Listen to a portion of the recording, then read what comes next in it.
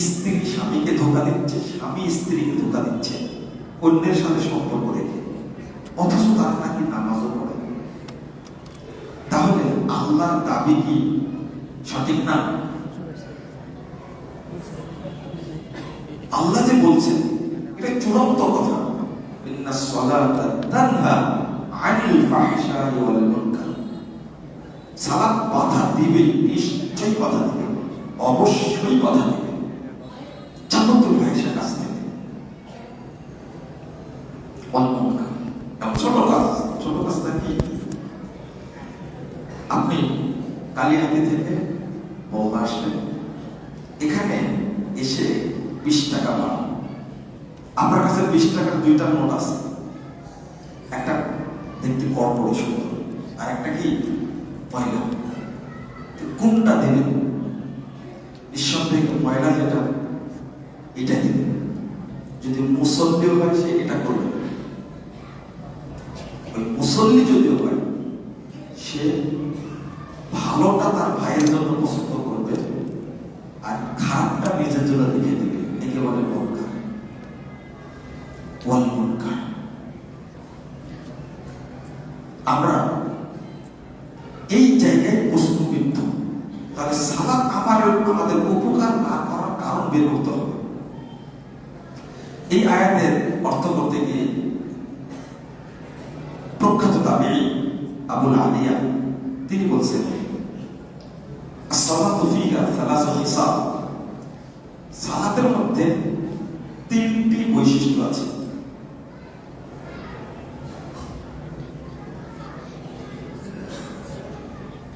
তিনটি বৈশিষ্ট্যের মধ্যে লা ইয়াকুনু সালাতু বিশাইইন ইল্লা মিন সালাতি কিসাব।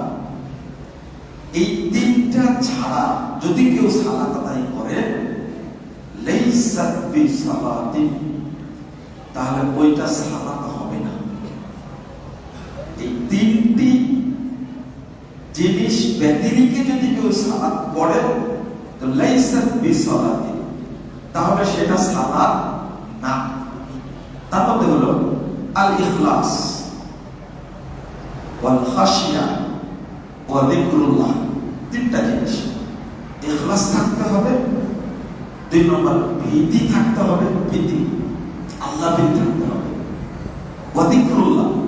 আর সালাতের মধ্যে আল্লাহকে স্মরণ করার মতো পাথেও থাকতে হবে। ফাইনাল ইখলাস ইয়া'মুরু বিল মা'রুফ, কারণ ইখলাস থাকলে তাকে ভালো কাজ করার মতো উৎসাহিত করবে। ওয়াল খাশিয়া, আর আল্লাহ ভীতি থাকলে তানহা আনিল মুনকার, তাকে খারাপ কাজ থেকে বাধা দেবে। ওয়া যিকরুল কুরআন, আর যদি ভিতরে আল্লাহর জিকির থাকে তো ইয়া'মুরুহু ওয়া ইয়ানহা, তাহলে এই জিকিরটা খারাপ কাজ থেকে বাধাও দিবে এবং সৎ কাজের আদেশও করবে। এই 3টা জিনিস না থাকলে ওই ব্যক্তির সালাত বলে আল্লাহর কাছে গণ্য হবে না। একটা হাদিস যে ইমাম সদরুদ্দিন তার একটা হাদিসের গ্রন্থ আত-তিউরিয়াত 410 নম্বর হাদিস, রাসূলুল্লাহ সাল্লাল্লাহু আলাইহি ওয়াসাল্লাম বলেছেন, আউয়ালু মা ইউসআলুল আবদু মিনহু ওয়া ইউহাসাবু বিহি সালাতু। কিয়ামতের মাঠে মানুষের প্রথম জিজ্ঞেস করা হবে সালাত সম্পর্কে, হিসাব নেওয়া হবে সালাত সম্পর্কে। ফাইন কুবিলা মিনহু, সালাত যদি কবুল হয়ে যায়, সালাত যদি তার কবুল করেন আল্লাহ, কুবিলা সাইরু আমালি, সে যত আমল জীবনে করেছে সব আমল অটো কবুল হয়ে যাবে। বলেন আলহামদুলিল্লাহ। সালাত কবুল হলে সব আমল কবুল হবে। হজ অটো কবুল হয়ে যাবে, সিয়াম অটো কবুল হয়ে যাবে, যাকাত অটো কবুল হয়ে যাবে, আপনার সদাচরণ অটো কবুল হয়ে যাবে, আপনার সাদাকা অটো কবুল হয়ে যাবে। এইগুলোর আর হিসাব আল্লাহ নিবে। সালাতটা হলো আমল কবুল হওয়ার জন্য ফাউন্ডেশন।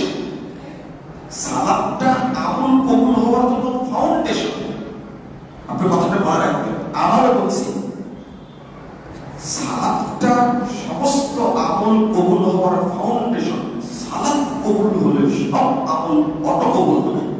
ওয়াই রুদ্দাত রুদ্দা আলাইহি সাইওয়া, সালাত যদি কিয়ামতের মাঠে আল্লাহ বাতিল করে দেন তাহলে অটো অন্য সব আমল বাতিল হয়ে যাবে। সালাত হলো কিয়ামতের মাঠে অ্যাডমিট কার্ড। অ্যাডমিট কার্ড বুঝেন তো? Admit card, প্রবেশপত্র।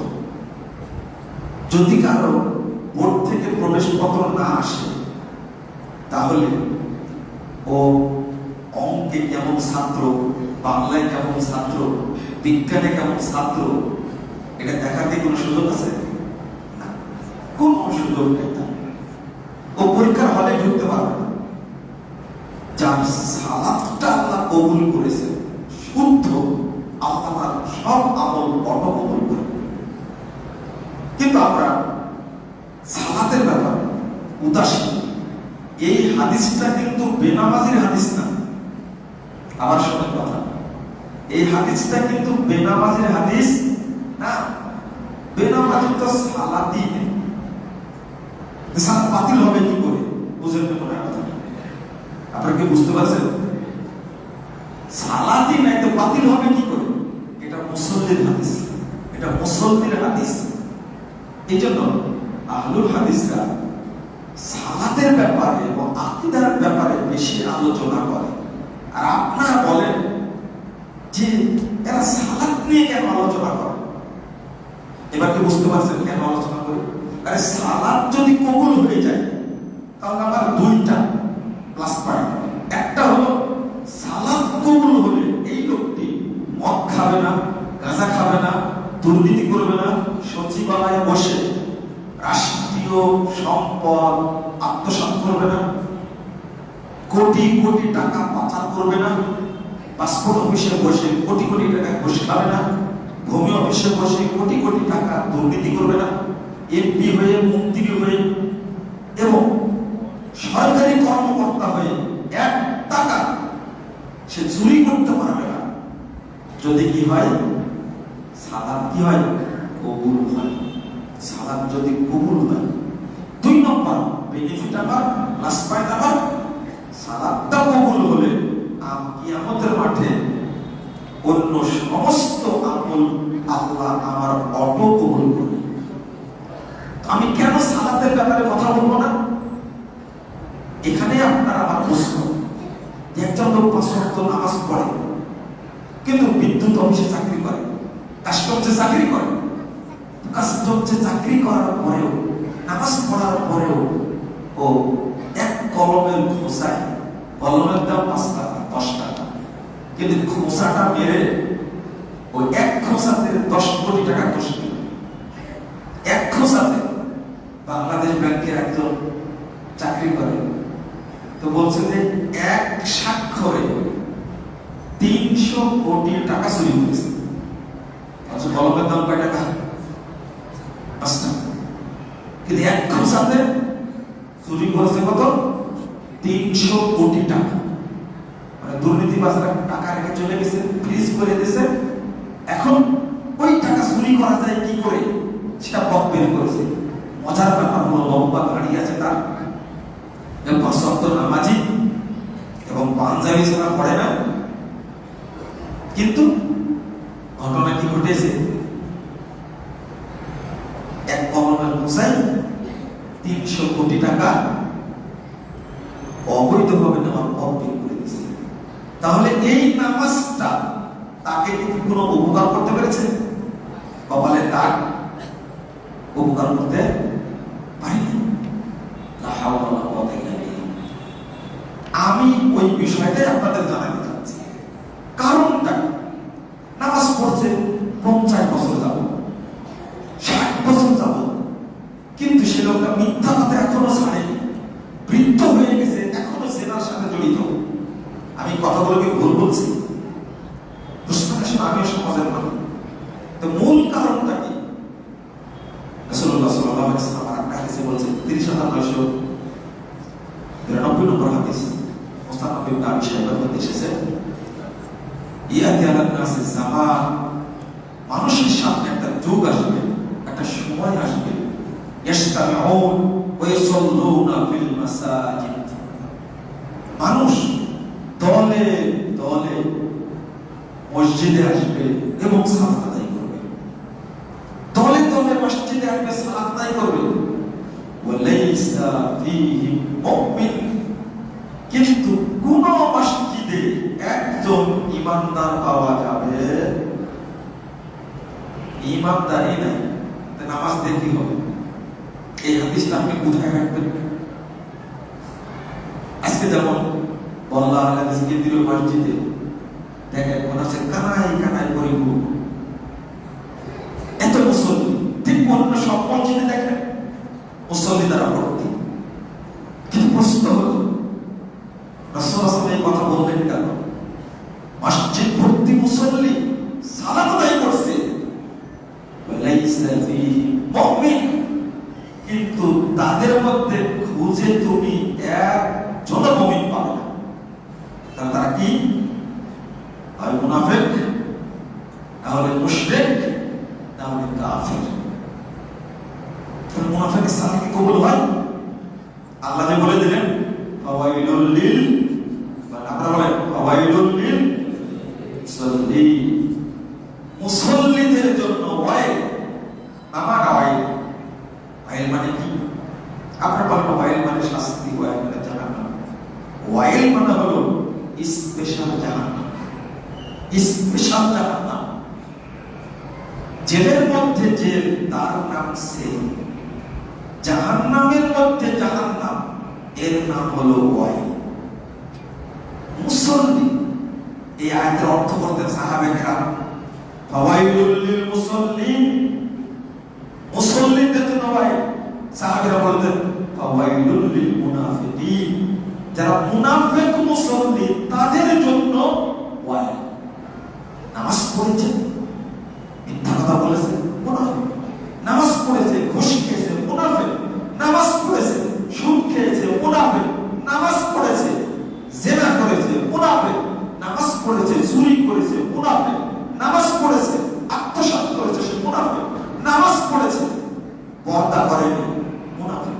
লা হাওলা ওয়ালা কুওয়াতা ইল্লা বিল্লাহ। ইবনে মাসউদ রাদিয়াল্লাহু আনহু বলেছেন ওয়াদিন ফি জাহান্নাম, ওয়াইলটা হলো জাহান্নামের একটা উপত্যকা, একটা দ্বীপ, বিশেষ জায়গা। বাইতুল কাব খবিসুত কাব, যে জাহান্নাম সবচেয়ে গভীর, আর তার খাদ্য হবে পচা দুর্গন্ধযুক্ত।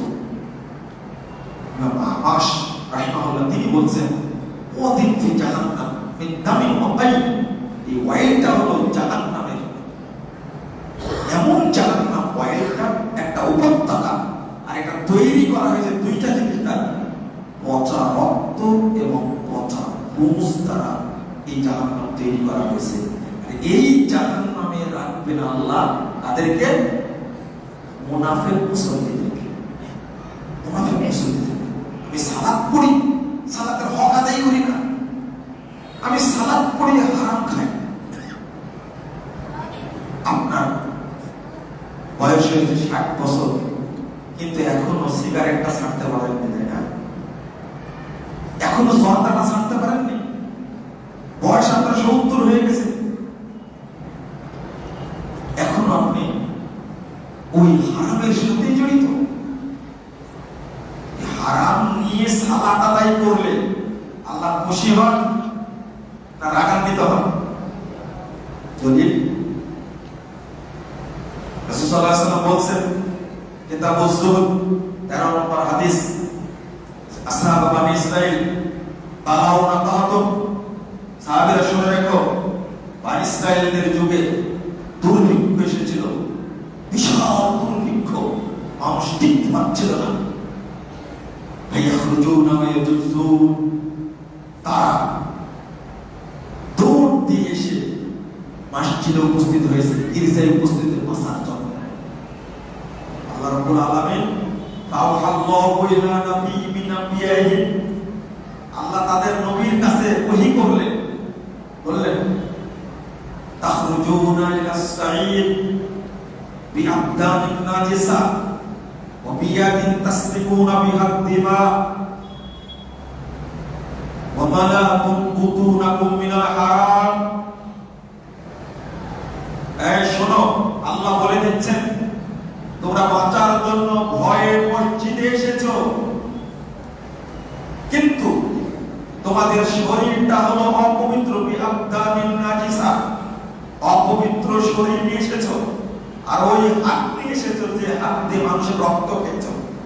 ওয়া মালাকুম বুতুনাকুম মিনাল হারাম, আর যে পেট নিয়ে এসেছো এই পেটটা হারাম দ্বারাই পরিপূর্ণ। ফাশতাদ্দা আলাইকুম গাদাবি, এখন তোমাদের উপরে আমার শাস্তি আরো কঠিন হবে। ফালাম তাসদাদু ইল্লা বুগদা, মনে রেখো এখন তোমরা আমার রহমত থেকে দূরেই যেতে থাকবে, আমার রহমতের কাছে তোমরা আসতে পারবে। মুশকিল ব্যাপার হলো হারাম খোরের জন্য আপনি দুয়াও করতে পারবেন, মানে যে হারাম খায়, দলিল পেলে যে হারাম খায় সে যদি আল্লাহর কাছে দোয়া করে মসজিদে এসে, তাহলে আল্লাহ কি হয় আরো শাস্তি নাযিল করে। এটা অপমান আল্লাহর জন্য, এটা আল্লাহর জন্য অপমান, মসজিদের জন্য অপমান। মসজিদ হলো সবচেয়ে পবিত্র ঘর, এই পবিত্র ঘরে তুমি কেন হারাম শরীর নিয়ে ঢুকেছো? এই পবিত্র ঘরে কেন পেটে হারাম নিয়ে তুমি ঢুকেছো? আল্লাহ হলেন সুবহানাল্লাহ, আল্লাহ সবচেয়ে পবিত্র, আর সেই আল্লাহকে তুমি সেজদা দেওয়ার জন্য হারাম খেয়ে কেন ঢুকেছো? আল্লাহ এটা বরদাস্ত করে না। ওই আল্লাহকে সেজদা করো তুমি হারাম খেয়ে, তোমার শরীরটা হারাম দ্বারা তৈরি। রাসূলুল্লাহ সাল্লাল্লাহু আলাইহি ওয়াসাল্লাম বলেন যে শরীরে হারাম দ্বারা তৈরি ওই শরীর কখনো জান্নাতে প্রবেশ করবে না। তাহলে হারাম খাওয়া শরীর দিয়ে নামাজ পড়লে আল্লাহ কবুল করবে? প্রশ্ন আসে না, ভাবাই যায় না, চিন্তাই করা যায় না। এই জিনিসটা আমরা বুঝতে চাই না।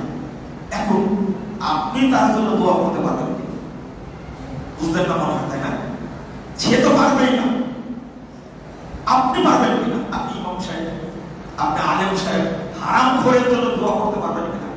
224 নম্বর হাদিস সহিহ মুসলিমের মধ্যে এসেছে, আব্দুল্লাহ ইবনে ওমর রাদিয়াল্লাহু আনহু, তিনি তার বাপের বন্ধু, তার দ্বিতীয় খলিফা ওমর রাদিয়াল্লাহু আনহুর বন্ধু, ওমরের ছেলে আব্দুল্লাহ রাদিয়াল্লাহু আনহু, তিনি গেছেন তার বাপের বন্ধু ইবনে আমেরের কাছে, অনেক বড় অসুস্থ।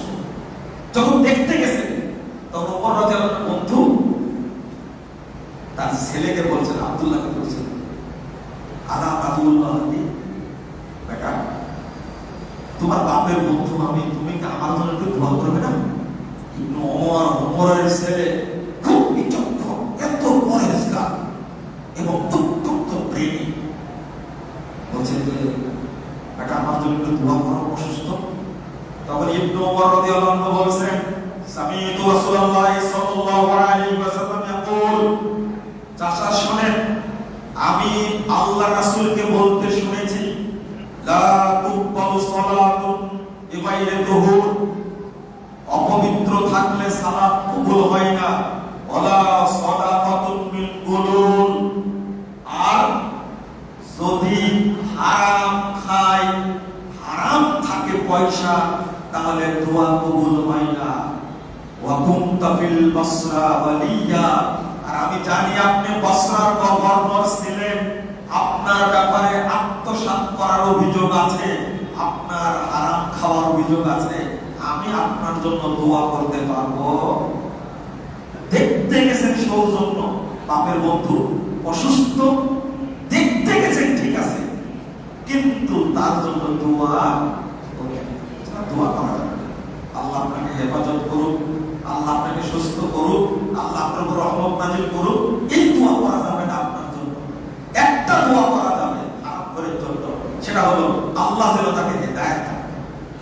কথা কি বুঝতে পারলেন? তাহলে হারাম কত খারাপ জিনিস, এটা জানার পরও আমরা খাচ্ছি। লা হাওলা ওয়ালা কুওয়াতা ইল্লা বিল্লাহ। আমি 2-3টা কারণ বলবো। সেটা হলো কেন সালাত আমাদের উপকার করছে না। নাম্বার 1, সালাত বাতিল হয়ে যাচ্ছে। কি হয়ে যাচ্ছে? বাতিল হয়ে যাচ্ছে। যার কারণে হাদিসটা বেশি করলাম, সালাতও বাতিল হয়ে যায়, সালাত বাতিল হয়ে যায়। 2 নম্বর কারণ হারাম। সালাত পড়ছে ঠিক, কিন্তু কি হারাম খাওয়ার কারণে কবুল হচ্ছে না। 3 নম্বর কারণ সালাত পড়ি কিন্তু ইখলাস নাই, খুশু নাই, খুশু। আর সালাত আমরা বুঝি না। সালাত বুঝতে হবে। আবারও বলছি, সালাত বুঝতে হবে। সালাত বুঝা বলে রাসূলুল্লাহ সাল্লাল্লাহু আলাইহি ওয়াসাল্লাম বলেন, ইন্নার রাজুলা ইউসাল্লি 60 সানা। আপনাদেরকে আশ্বস্ত করছি, শুনেন হাদিস 2টা শুনেন। আল্লাহ রাসূল বলেন, আমার উম্মতের কেউ সালাত পড়বে 60 বছর যাবত। কত বছর? 60 বছর। মা তুকবালু লাহু সালাতু, তার সালাত এক রাকাতও কবুল হবে না। 60 বছর যাবত সালাত আদায় করবে আমার উম্মত কেউ, কিন্তু তার এক রাকাতও কবুল হবে না। কোন সালাত কবুল হবে না। মা তুকবালু লাহু সালাত। তারহিবের মধ্যে এসেছে 2 নম্বর খণ্ডে 236 পৃষ্ঠা সনদ সহিহ। রাসূল সাল্লাল্লাহু আলাইহি ওয়াসাল্লাম বলেন, রুব্বা মুসাল্লিন, বহু মুসাল্লি সালাত আদায় করে, মা খালা আলা ইনদাল্লাহি আযজা ওয়া জাল, ওই মুসাল্লি এখন পর্যন্ত কোনো নেকি আল্লাহর কাছে জমা হয়। 387 নম্বর হাদিস তাবরানী কাবীরের মধ্যে এসেছে। আল জামিউস সাগীর 1819 নম্বর হাদিস। রাসূলুল্লাহ সাল্লাল্লাহু আলাইহি ওয়াসাল্লাম বলেন, রুব্বা মুসাল্লি লা খায়রা ফি, বহু মুসাল্লি সালাত আদায় করে কিন্তু কোনো নেকি। আচ্ছা, মেশিন চলছে কিন্তু আটা বের হচ্ছে না। মেশিন চালায় লাভ আছে? মেশিন চলছে কিন্তু পানি ওঠে না, লাভ আছে? আপনারা বলবেন কোন লাভ নাই। বিয়ে করেছেন, 15 বছর হয়ে গেল, এখনো বাচ্চা হয় না। বুঝতেন না কথাটা? হয় কিনা? বাচ্চা হয় না। আপনি বলবেন যে কিভাবে নামাজ পড়ে কবুল হয় না? আরে পরীক্ষা দিয়েছেন, সাবজেক্টে 20 পৃষ্ঠা লিখে আসছে, রেজাল্ট আসছে কি? রেজাল্ট আছে কি? ফেল। আপনি কি করবেন? পরিশ্রম করেছেন, পরীক্ষা দিয়েছেন, রেজাল্ট আসছে কি? ফেল। বন্ধুরা আমার, আমি আপনাদের কাছে বলতে চাই, স্পষ্ট করে বলতে চাই, সালাত কবুল যেন হয় আপনি বুঝতে পারবেন এইভাবে সালাত আদায় করুন। যারা সালাত আদায় করে তাদের মধ্যে 6 শ্রেণীর মুনাফিক আছে। 6 শ্রেণীর মুনাফিক আছে। তাহাও আমার কথা, 6 শ্রেণী। একটা হাদিস আম্মার ইবনে ইয়াসির রাদিয়াল্লাহু আনহু তিনি বলেন, ইন্নামা ইউক্তাবুর রাজুল লিল আবদি মিন সালাতিহি মা আলা।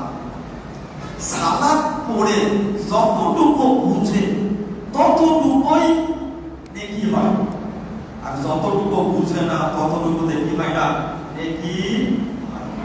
আপনি সালাতের মধ্যে যতগুলো দোয়া পড়েন অর্থগুলো কি জানা আছে? সালাতটা হলো মুনাজাত। তো মুনাজাতটা কি করে বুঝে না বুঝেন? বুঝেন কি কথা? আমরা কয়জন অর্থটা জানি? সেজদা দিচ্ছেন, দোয়া করছেন, অর্থটা কি জানি আমরা?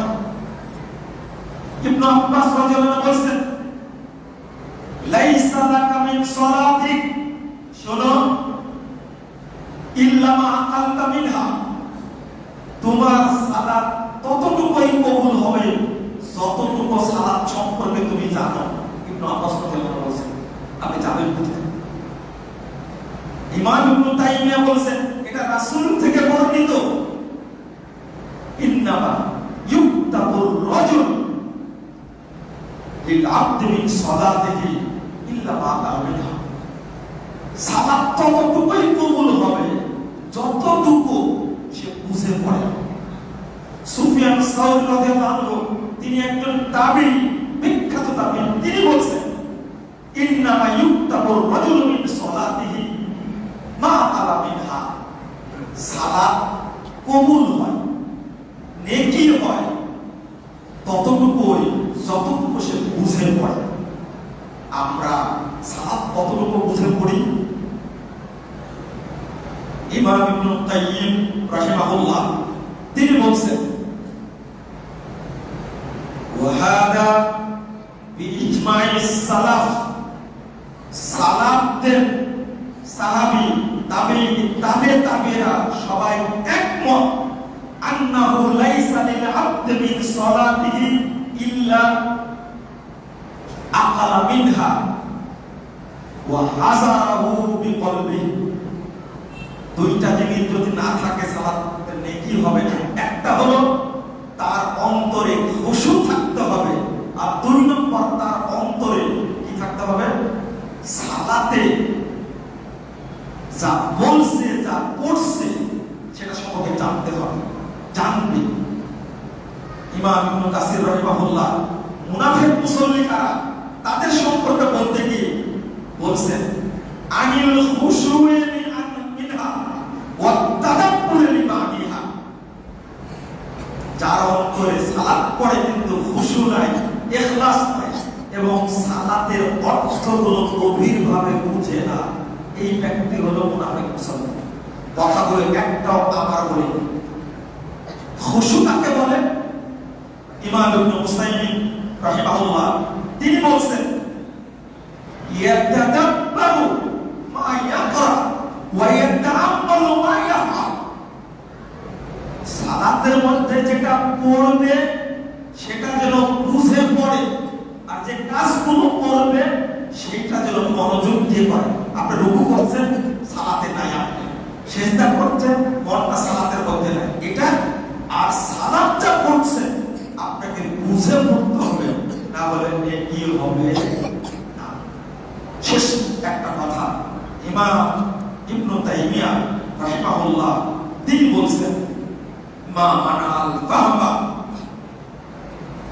ওয়া শুহুদাল কলব, যেখানে অর্থ বুঝে না আর অন্তরটা সালাতের মধ্যে থাকে না, বিহাইসু ইয়াসিরু রাজুলু গাফিলান, তাতে মনে হয় ও একজন কাফের সালাত আদায় করছে, অর্থ বুঝে না আর অন্তরটাও সালাতের মধ্যে নাই। লা শাক্কা, কোনো সন্দেহ নাই, আন্নাহু ইয়ামনাউ সাওয়াব, এই সালাতে তার কোনো নেকি হবে। আপনি যাবেন কোথায়? কতগুলো কথা বললাম। সৌদি আরবের মুতাওয়ার স্পষ্ট বলছেন ইয়ামবাগি মান দাখালা ফিস সালাত, যে ব্যক্তি সালাতের মধ্যে ঢুকবে তার উপরে উচিত হলো, আবশ্যক হলো যা পড়বে সেগুলো বুঝে পড়ে। ওয়াইয়াস্তাহদিরু কওলা ওয়া ফিকরা, তার চিন্তা অন্তরটাকে সালাতের মধ্যে যেন রাখে। আমি শেষ করছি খুতবায় এই কথা বলে আপনাদের কাছে, সালাত উপকার না করার মূল কারণটা হলো আমরা সালাত পড়ি, সালাত বাতিল হয়ে যায়, যে হাদিসটা আগেই বলেছি। দুই নম্বর, সালাত পড়ি কিন্তু হারাম খেয়ে সালাত পড়ি। তিন নম্বর, সালাত পড়ি কিন্তু সালাত বুঝি না।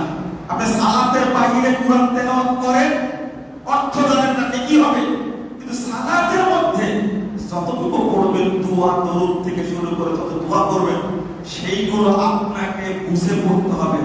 কোরআন তেলাওয়াতটাকে আল্লাহ মুনাজাত বলেননি, সালাতটাকে আল্লাহ মুনাজাত বলেছেন, রাসূল সাল্লাল্লাহু আলাইহি ওয়াসাল্লাম মুনাজাত বলেছেন। আর মুনাজাত করলে কি বুঝে করে না বুঝে করে? মুনাজাতটা বুঝেই করতে হয়। আল্লাহ যেন আমাদের বোঝার তৌফিক দান করেন। শেষে বলবেন যে আপনারা তো যারা নামাজ পড়ে না তাদের জন্য কিছুই বলেন না, বুঝলেন না? যারা নামাজ পড়ে তারা কাফের, যারা নামাজ পড়ে না তারা কাফের। যারা নামাজ পড়ে না তারা কি কাফের? তারা ভালোভাবে জানে আমাদের যে আমরা কাফের, কিন্তু আপনারা বোঝেন না। বেনামাজিকে গোসল দেওয়া যাবে না মারা গেলে, বেনামাজিকে কাফন পরানো যাবে না, বেনামাজির জানাজা দূরের কথা, ওকে গোসল দেওয়া যাবে না, কাফন পরানো যাবে না, যাবে না, তারপরে জানাজা, জানাজাতে শরীক হওয়া যাবে না, তার ব্যাপারে কি ওয়াজ করবেন আপনি? এক ওয়াক্ত সালাত যদি কেউ ছেড়ে দেয়, এক ওয়াক্ত পার হয়ে গেলে ওই ব্যক্তিকে সালাফরা কাফের বলেছেন। আর আপনি সারা বছর পড়েন না, শুধু রমাদানে পড়েন, আপনি মুসলিম না কাফের? উত্তর দেন, কাফের না মুসলিম? কাফের। শুধু জুমা পড়ে, মুসলিম না কাফের? কাফের। শুধু 2 ঈদ পড়ে, মুসলিম না কাফের? আপনার বাপ হলেও, আপনার মা হলেও তার জানাজায় অংশগ্রহণ করা যাবে না। সব আলেম এ ব্যাপারে একমত, বেনামাজিকে হত্যা করতে হবে। কি করতে হবে? বেনামাজিকে হত্যা করতে হবে। এ ব্যাপারে সবাই একমত, সবাই একমত। বন্ধুরা আমার, আমি যেটা বলতে চাইলাম, সালাত পড়তেই হবে, সালাত পড়তেই হবে। আল্লাহ যেন আমাদেরকে মুসল্লি হিসাবে কবুল করে নেন। আমিন। আল্লাহ রাব্বুল আলামিন যেন আমাদেরকে জান্নাতুল ফেরদাউসের সদস্য হিসাবে কবুল করে নেন। আমিন। আল্লাহ রাব্বুল আলামিন যেন আমাদের পরিবারকে, সন্তানকে যেন তিনি মুসল্লি করে দেন। আমিন। তারা যেন মৃত্যু পর্যন্ত সালাত আদায় করতে পারে। বলুন আমিন। একটা দোয়া পড়ে, রব্বি জাআলনি, জোরে বলেন, রব্বি জাআলনি মুকিমাস সালাতি ওয়া মিন যুররিয়াতি রব্বানা ওয়া তাকাব্বাল দুআ। এটা বলতে থাকবেন, আপনি তো সালাত পড়বেন, আপনার পরিবারে একজনও বেনামাজি থাকবে না ইনশাআল্লাহ। এই দোয়াটা ইব্রাহিম আলাইহিস সালামের দোয়া, এই দোয়াটা রাসূল সাল্লাল্লাহু আলাইহি ওয়াসাল্লামের দোয়া, সাহাবীদের দোয়া, কুরআনের মধ্যে বর্ণিত হয়েছে। আপনারা এই দোয়া বেশি বেশি পড়বেন। সবাই আমরা মুসল্লি হব, আমরা সবাই